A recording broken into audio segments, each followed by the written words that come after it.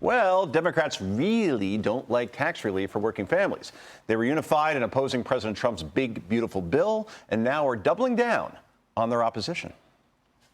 I describe it as the big ugly bill, not the big beautiful bill.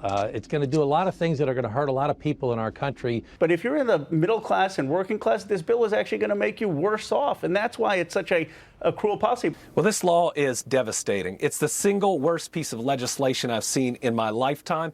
And it is a congressional Republican and presidential attack on rural America.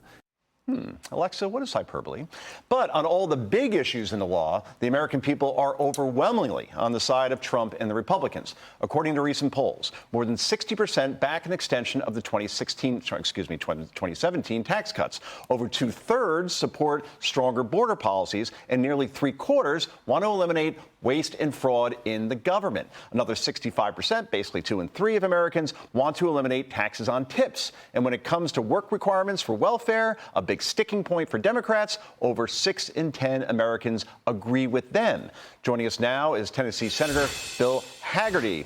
Senator, thanks for joining us. Really appreciate it on this Sunday.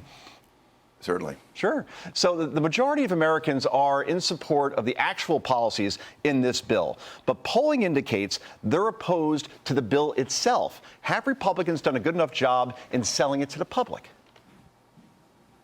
Well, before I say anything, I just want to say my heart goes out to the people in Texas that are still looking for loved ones. One of my good friends had 2 daughters at Camp Mystic. Thankfully, they're safe and alive, but my heart goes out to everybody. Thank you for covering this.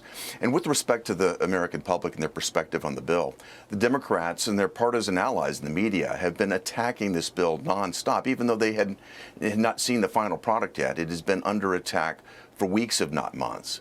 Finally, we've got a bill put together that I think is going to do great things for the American public. Now, it's our job to get out and message properly, but when you think about it, the American public overwhelmingly support the fact that we're going to be rebuilding our military, our defense. We're going to be rebuilding our energy independence and onshoring energy here in America, making us dominant again.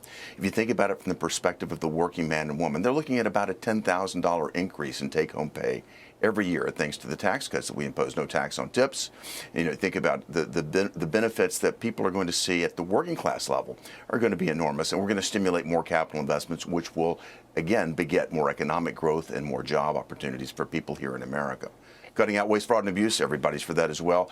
It's interesting, the Democrats used to be for work requirements until the Republicans actually implemented them. And these were all campaign promises by President Trump as well, Senator. But James Carville is convinced Democrats are going to be able to take back Congress because of this legislation. Watch. We can all rally around this, and we can run on this single issue all the way to 2026. We're going to pick up more than 40 House seats, I can tell you. Political anthropologists are going to look back at this, and it's going to be called a mass extinction event, because there are a lot of them going to be extinct when people go to the polls voting for this, I promise you. A mass extinction event. Your response, Senator? From the same man that promised John Kerry would be president of the United States. Carville just keeps getting it wrong. And I think what we're going to see is the exact opposite. Again, when people see the benefits of this bill, when they see their take-home pay rising, when they see the economy moving again at the pace it was when we initially did this back in 2017, we're going to see American people enjoying winning again. Carville can't take that. They're going to continue to message down this path. The Democrats are disheveled, I can say that.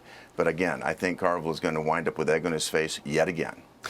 Senator, some of the pundits are saying that this bill isn't really all that beneficial, kind of claiming that the things like no tax on tips just isn't that big of a deal. Let's take a listen. One of the things Trump talks about all the time is no taxes on tips. But when you actually look, how much is that? It's $32 billion, which in this kind of bill is peanuts. But it's theatrical, no tax on tips. So they're doing that, and there's some baby bonds for people who want to build up life savings. So these are not big programs, but they're talking points for Republicans. What do you have to say about that? You know, the interesting thing is all of these programs are aimed at improving the life of American citizens. If you think about what the Democrats passed through reconciliation that generated so much inflation that every American was crushed by, lower real wages.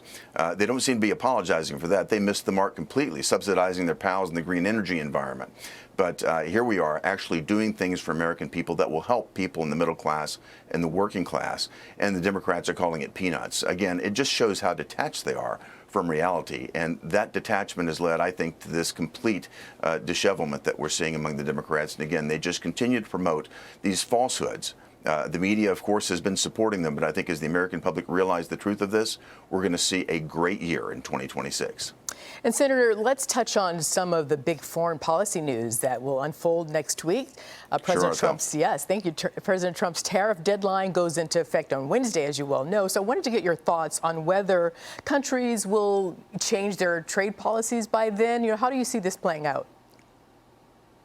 Well, I absolutely do. I've actually been alongside President Trump. When I was ambassador to Japan, we negotiated 2 trade deals with Japan at a time that nobody thought they could get done. President Trump has proven himself as someone that understands this. He knows that America has been getting ripped off for years. It goes all the way back to World War II. We put in place very low tariff barriers. We did this to induce countries to trade with us, but we should have time limited our We should have put some sort of GDP per capita limit, because now these countries are just taking advantage of America. It's gone on for too long. It's time for them to shape up. It's time for them to step up. We've already seen UK, we've seen Vietnam, we've already seen parts of what's going on with China. I think we're going to see a number of deals come through here in the very near future. And for those that get the letters that are coming out very soon, they've got till the 1st of August to step up. But I can tell you, President Trump means business on this. And I think what we'll see is a much better and more improved trade environment, much more fair for American companies as a result. Senator Hagerty, thanks for joining us so much. And again, House Speaker Mike Johnson, the Senate Majority Leader John Thune got this to the president's desk on July 4th, like he asked. So that is remarkable. There are no slow weekends or holiday weekends anymore here at Fox News or anywhere else. That's certainly for sure. Yeah. Thanks again for joining us. Thanks for the great job that all of you do. Of course. Hey, Sean Hannity here. Hey, click here to subscribe to Fox News YouTube page and catch our hottest interviews and most compelling analysis. You will not get it anywhere else.